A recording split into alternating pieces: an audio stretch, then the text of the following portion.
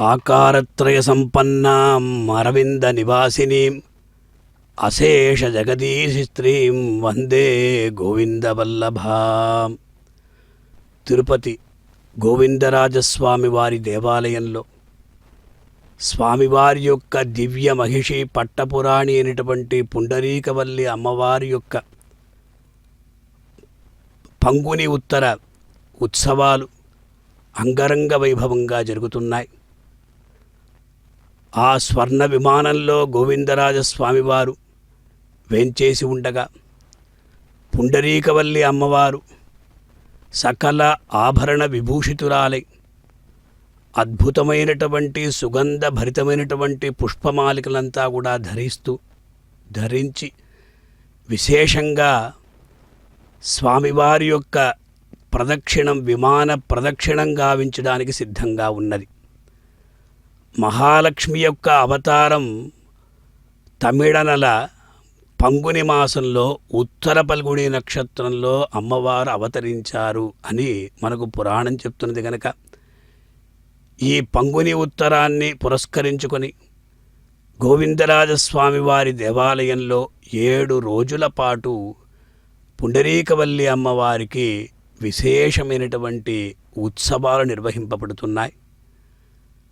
మహాలక్ష్మి అన్నప్పుడు దేవదేవుడు కూడా శ్రియై సమస్త చిదచిద్విధానం వ్యసనం హరేః అంగీకారిభిరాలోకై సార్థయంత్యై కృతోంజలి అన్న రీతిగా ఆ సాలె నాచ్యార్ అనేటువంటి పేరుతో పుండరీకవల్లి అమ్మవారు ఇక్కడ విలసిల్లి ఉన్నారు.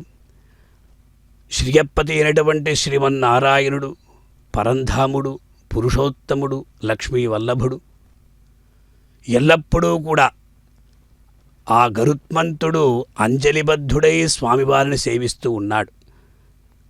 ఎందుకంటే గరుడం అఖిల వేద నీడాదిరూఢం అన్న రీతిగా ఎల్లవేళలయందు స్వామివారి వెంట స్వామివారి చెంత ఉంటూ ఆ గరుడు సేవ చేస్తూ ఉన్నాడు కదా. ఆ గరుత్మంతుడు కూడా అమ్మవారిని దర్శించుకుంటున్నాడు. మంగళ హారతులుడు కర్పూర నీరాజనాల్ని అందుకుంటూ ఆ పుండరీకవల్లి అమ్మవారు చిరు మందహాసంతో అందరినీ కూడా అక్కడ అనుగ్రహిస్తూ మెల్లమెల్లగా విమాన ప్రదక్షిణం చేస్తున్నారు. శ్రియై సమస్త చిదచిద్విధానం వ్యసనం హరేః అన్నప్పుడు చిదచిద్విశిష్టం బ్రహ్మ ఏకమేవ తత్వమన్న రీతిగా శ్రీమన్నారాయణుడు ఒక్కడే. శ్రీమన్నారాయణుడు చేసేటువంటి సృష్ట్యాది క్రియలు ఏవైతే ఉంటాయో సృష్టి స్థితి లయ కర్మలు అన్నింటికీ కూడా అమ్మవారి యొక్క అంగీకారం ఉంటుందట.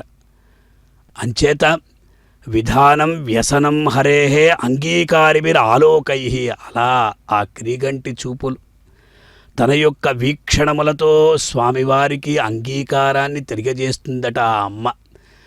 అటువంటి అమ్మకు నమస్కారం. సార్థయంతే కృతోంజలి అన్నారు. అలా అమ్మవారికి అంజలి ఘటించాలి.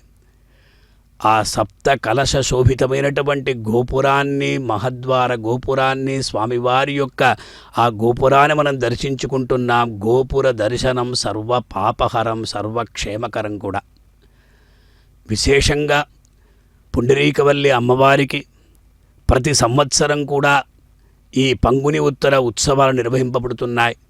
ఆ ప్రకారంగా ఈనాడు 3వ రోజు 4వ రోజు అమ్మ ఎంతో విశేషంగా కొలువుదీరి అందరినీ కూడా అనుగ్రహిస్తూ ఉన్నది. భగవద్ రామానుజుల వారు మహాలక్ష్మి అమ్మవారిని స్తోత్రం చేస్తూ ఎలాగైతే భగవంతుడి యందు శరణాగతి చేస్తామో అలాగే అమ్మవారి యందు కూడా శరణాగతి చేయాలి. అమ్మ లేకపోతే మహాలక్ష్మి లేకపోతే భగవంతుడికి మోక్షాన్ని ఇచ్చేటువంటి అర్హత ఉండదు అని చెప్తున్నారు. శ్రీమాన్ నారాయణోన పతి అఖిల తను ముక్తిద ముక్తభోగ్య అని వేదాంత దేశికుల వారు చక్కగా శ్రీమాన్నారాయణోన పతి అన్నారు కదా. అటువంటి అమ్మవారిని భగవద్ రామానుజుల వారు విశేషంగా భగవన్నారాయణాభిమతానురూప స్వరూప రూపగుణ విభవైశ్వర్య శీలాజ్జనవతికాధియ అసంఖ్యేయ కళ్యాణ గుణగణాం పద్మవనాలయాం భగవతీం శ్రియందేవీం నిత్యానపాయినీం నిరవధ్యాం దేవదేవ దివ్యమహిషీం అఖిల జగన్మాతరం అస్మన్మాతరమశరణ్య శరణమహం ప్రపద్యే అని ఎంతో చక్కగా భగవన్నారాయణ అభిమత అనురూప స్వరూప అంటే భగవంతుడికి జ్ఞానశక్తి బల ఐశ్వర్య వీర్య తేజాంసి అశేషత భగవచ్చబ్దవాచ్యాని వినాహేయేర్ గుణాదిభి అని ఆ షడ్గుణ సంపన్నుడైనటువంటి భగవంతుడు ఏ ప్రకారంగా అక్కడ విలసిల్లుతూ ఉన్నాడో అదే ప్రకారంగా అమ్మవారు కూడా ఈ గుణములతో విలసిల్లుతుంది. దేశికుల వారు ఒకచోట ఇది నామదయే త్వయా వినా భూతాః అమ్మా దయా అనేటువంటి గుణం లేకపోతే భగవంతుడికి వృషగిరి గృహమేధి గుణాః బోధ బల ఐశ్వర్య వీర్య శక్తిముఖాః దోషా భవేయురేతే ఇది నామదయే త్వయా వినా భూతాః అన్న రీతిగా ఆ దయాగుణాన్ని కలిగి ఉన్నది ఆ మహాతల్లి. ఆ దయాగుణం ఒకవేళ భగవంతుడికి లేకపోతే భగవంతుని యొక్క గుణములంతా కూడా నిష్ఫలములవుతాయిట. అంచేత ఎల్లప్పుడూ భగవంతుని ఆశ్రయించి ఉంటుంది. విష్ణోహో శ్రీహి అనపాయిని నిత్యైవేష జగన్మాత విష్ణో శ్రీహి అనపాయిని అని మనకు పురాణాలు ఎల్లప్పుడూ సర్వదే సర్వకాల సర్వావస్థల యందు కూడా భగవంతుడు ఎన్ని అవతారాల్ని స్వీకరించినా కూడా ఆ అవతారాలలో అమ్మ ఉన్నది. మత్స్యావతారాన్ని స్వీకరించాడు ఆ శ్రియప్పతి. ఆ సమయంలో భగవంతుని ఆ మత్స్య రూపంలో ఉన్నటువంటి ఆ చేప యొక్క కళ్ళు ఏవైతే ఉన్నాయో అక్కడ అమ్మ ఉన్నదట. కూర్మావతారంలో స్కంధం పైన ఉన్నదట. ఈ ప్రకారంగా సకల అవతారాలు రాఘవత్వే భవత్సీత రుక్మిణీ కృష్ణ జన్మని అన్న రీతిగా ఆ రామభద్రుడిగా దేవదేవుడు అవతరించాడే అప్పుడు సీతమ్మ అక్కడ వచ్చి అటువంటి పుండరీకవల్లి అమ్మవారిని మనం దర్శించుకుంటూ అమ్మవారి యొక్క అనుగ్రహాన్ని పొందుతూ ఉంటాం.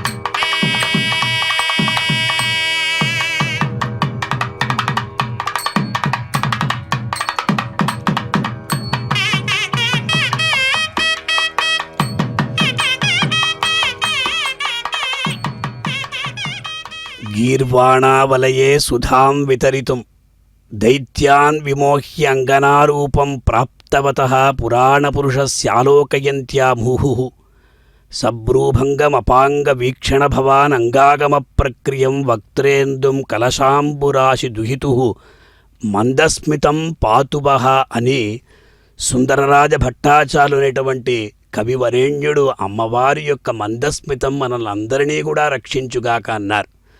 అటువంటి పుండరీకవల్లి అమ్మవారి యొక్క తిరుముఖ మండలాన్ని మనం వీక్షిస్తూ ఉంటే ఆ అమ్మవారి యొక్క చిరునవ్వు మనల్ని అందరినీ కూడా విశేషంగా అనుగ్రహిస్తున్నది కదా. గోవిందరాజస్వామి వారి దివ్య దేవాలయంలో వేంచేసి ఉన్నటువంటి ఆ అమ్మవారు పుండరీకవల్లి అమ్మవారు, అమ్మవారికి జరిగేటువంటి ఫాల్గుడే మాసి పూర్ణాయాం ఉత్తరక్షేందువాసరే గోవిందరాజో భగవాన్ ప్రాదురాసీద్ మహామునే అనే పురాణాన్ని అనుసరించి గోవిందరాజస్వామి వారు కూడా ఫాల్గుణ మాసంలో ఉత్తర పల్గుని నక్షత్రంలోనే ఇక్కడ అవతరించినట్టు మనకు పురాణాలు తెలియజేస్తున్నాయి కనుక అటువంటి ఉత్తర పల్గుని నక్షత్రంలో పుండరీకవల్లి అమ్మవారు కూడా ఇక్కడ అవతరించారు కనుక అటువంటి అమ్మవారికి జరిగేటువంటి ఆ విమాన ప్రదక్షిణ కార్యక్రమాన్ని మనం ఆ ఊరేగింపును చూస్తూ ఉన్నాం. అద్భుతమైనటువంటి ఆ రజత మకర తోరణంలో అమ్మవారు వేంచేసి ఉండి సకల విధమైనటువంటి మకుటమాలోత్తంస చూడాలలామ స్వలక తిలక అని చెప్పిన రీతిగా అద్భుతమైనటువంటి అనర్ఘమైనటువంటి అమూల్యమైనటువంటి ఆ రత్నాభరణాలంతా కూడా ధరించి అమ్మ తన యొక్క ఐశ్వర్యాన్ని అక్కడ విశేషంగా అందరికీ కూడా తెలియజేసే విధంగా ఈనాడు కొలువుతీరి అందరినీ అనుగ్రహిస్తూ మంగళ వాయిద్యాల నడుమ అలాగే వేదపారాయణం వాళ్ళ వెనక్కి అక్కడ అమ్మవారికి సేవ చేస్తూ ఉండగా అలా మెల్లమెల్లగా ప్రదక్షిణం చేస్తూ ఉన్నది. ఇది సంప్రదాయం, సత్సంప్రదాయం, ఆచార వ్యవహారాలు. ఇక్కడ విశేషంగా 3 సార్లు విమాన ప్రదక్షిణం చెయ్యాలి అనేటువంటి సంప్రదాయం ఉంది కనుక ఆ సంప్రదాయాన్ని అనుసరించి ఈనాడు ఆ పుండరీకవల్లి అమ్మవారిని విశేషంగా ఇక్కడ అందరూ కూడా కలిసి అక్కడ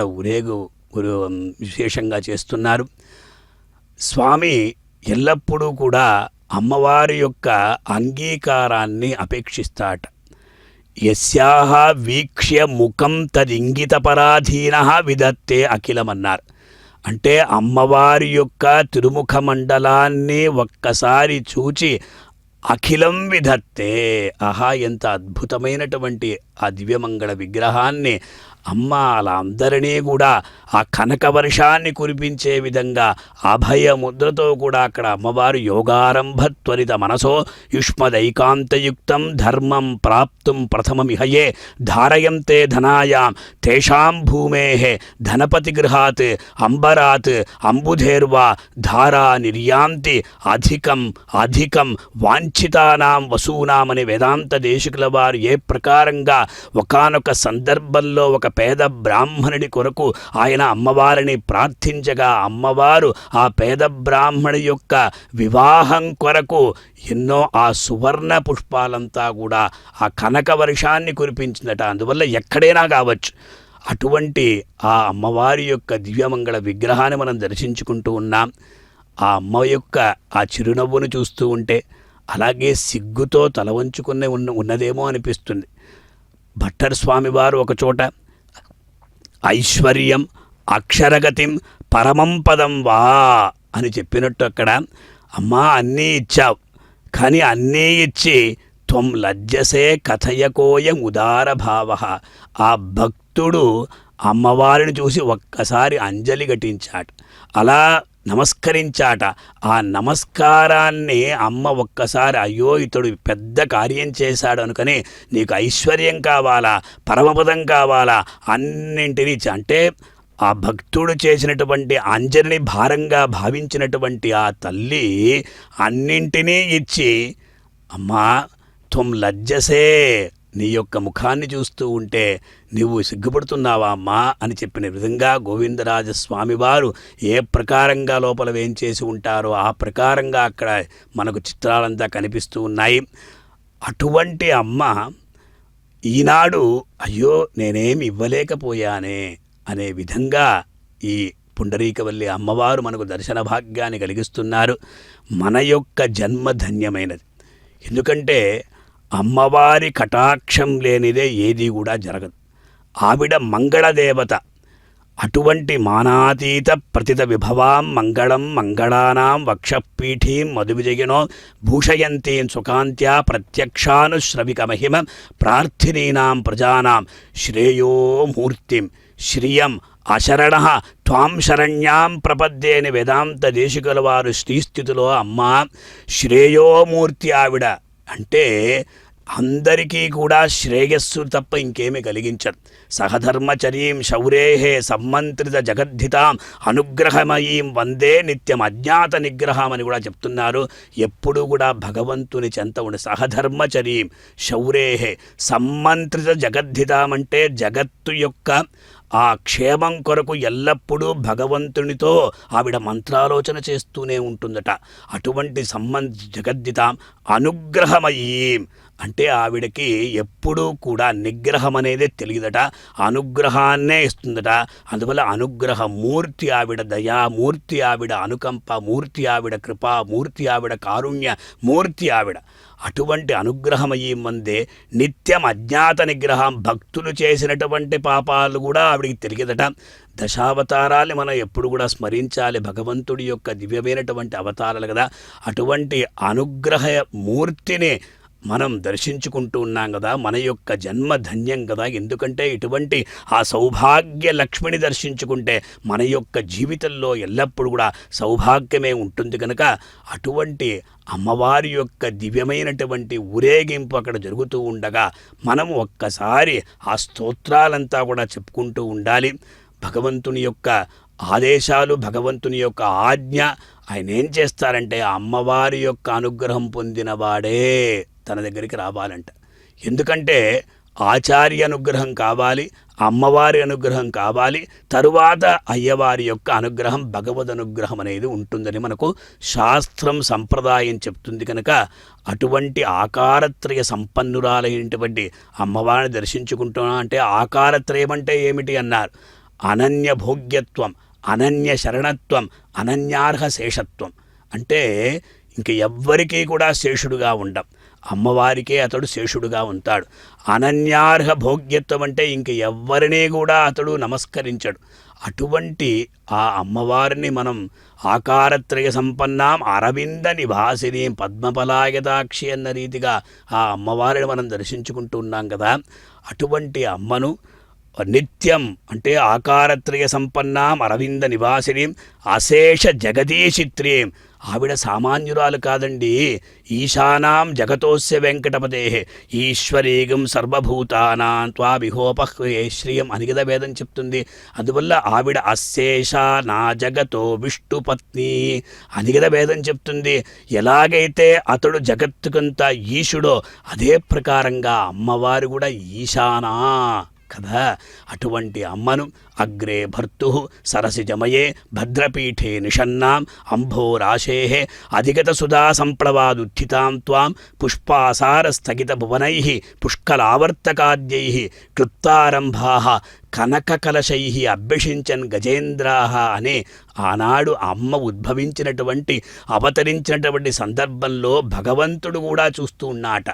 అంటే ఆవిడ క్షీరాబ్ది కన్య కదా. క్షీరాబ్ది కన్యకకు శ్రీ మహాలక్ష్మికి చెప్పిన రీతిగా ఆ పాల కడలి నుండి అమ్మవారు ఎప్పుడైతే పైకి వచ్చారో యయౌ వక్షస్థలం హరే అందరూ కూడా చూస్తూ ఉన్నారు. కానీ అందరూ చూస్తూ ఉండగా ఆ నీలమేఘశ్యామ బోలు దేహమువాడు ధవళాబ్జపత్ర నేత్రములవాడు అన్న రీతిగా ఆ భగవంతుని యొక్క వక్షస్థలాన్ని అధిరోహించింది. కనుక ఎప్పుడూ కూడా అమ్మ లేకుండా భగవంతుడు ఉండడు. ఇది శ్రీవైష్ణవ సంప్రదాయం. కనుక అమ్మవారికి అటువంటి ఆ మహాతల్లికి జగజ్జననికి లోకమాతకు ఈ ప్రకారంగా అందరూ కూడా నమస్కరిస్తూ ఉంటారు. యామునాచార్యుల వారు కాంతస్థే పురుషోత్తమ పణిపతి శయ్యాసనం వాహనం వేదాత్మా విహగేశ్వరో యవనికా మాయా జగన్మోహిని బ్రహ్మేశాది సురవ్రజ సతగితస్త్వద్దాసదాసీగణ శ్రీరిత్యేవచ నామతే భగవతి భ్రుమకథం త్వాం యమనే. అమ్మవారికి ఎన్ని పేర్లున్నా కూడా శ్రీ అది ఒక్కటి చాలు. శ్రీ అనే శబ్దానికి అక్కడ సకార రేప ఈకారాలతో ఆవిడ వేదత్రి అన్నమాట. అంటే ఋగ్వేదం, యజుర్వేదం, సామవేదం మూడు కలిసినటువంటి మూర్తి కనుక శ్రీహి అన్నారు. అది మాత్రం కాదు, శ్రీ శబ్దానికి 6 రకాలైన వ్యుత్పత్తులు మనకు పూర్వాచార్యులు తెలియజేస్తున్నారు. శ్రీహి అంటే ఆవిడ భక్తుల యొక్క మొరలను వింటుంది.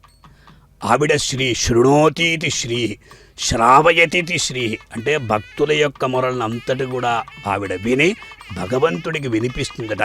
ఈ ప్రకారంగా ఆవిడ శ్రీ అయినటువంటి ఆ విశేషమైనటువంటి పుండరీకవల్లి యొక్క అమ్మవారిని మనం దర్శించుకుంటూ ఉన్నాం కదా. మెల్లమెల్లగా ఆ 3 ప్రదక్షిణాలు గావిస్తూ ధ్వజస్తంభం దగ్గరికి అలా వచ్చి ఆ గోవిందరాజస్వామి వారు లోపల వేంచేసి ఉన్నారు. ఆ స్వామిని కూడా అలా దర్శించుకుంటూ స్వామివారి యొక్క అనుమతితో తన యొక్క వైభవాన్ని ఆవిడ విశేషంగా తెలియజేసుకుంటూ ఉన్నది.